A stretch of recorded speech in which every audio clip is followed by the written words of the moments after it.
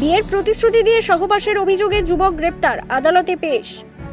বিয়ের প্রতিশ্রুতি দিয়ে দীর্ঘদিন সহবাস করার অভিযোগে এক যুবককে গ্রেপ্তার করল পূর্ব বর্ধমান জেলার মন্তেশ্বর থানার পুলিশ। পুলিশ সূত্রে জানা গিয়েছে, পূর্ব বর্ধমান জেলার মন্তেশ্বর ব্লকের কুসুমগ্রাম এলাকার এক মহিলার সঙ্গে মেমারি থানার ন্যারোগল গ্রামের বাসিন্দা শেখ মোশাররফের প্রেমের সম্পর্ক ছিল। অভিযোগ, বিয়ের আশ্বাস দিয়ে ওই মহিলার সঙ্গে ঘনিষ্ঠ সম্পর্ক গড়ে তোলেন অভিযুক্ত যুবক। পরবর্তীতে বিয়ের প্রতিশ্রুতি রক্ষা না করায় ওই মহিলা মন্তেশ্বর থানায় অভিযোগ দায়ের করেন। অভিযোগের ভিত্তিতে তদন্ত শুরু করে পুলিশ। অভিযুক্ত শেখ মোশাররফকে গ্রেপ্তার করে। ধৃত যুবককে মঙ্গলবার কালনা মহকুমা আদালতে পেশ করে পুলিশ। ঘটনার তদন্ত শুরু করেছে মন্তেশ্বর থানার পুলিশ। এই ঘটনাকে ঘিরে এলাকায় ব্যাপক চাঞ্চল্যের সৃষ্টি হয়েছে। পাপাই সরকারের রিপোর্ট, BCN বাংলা।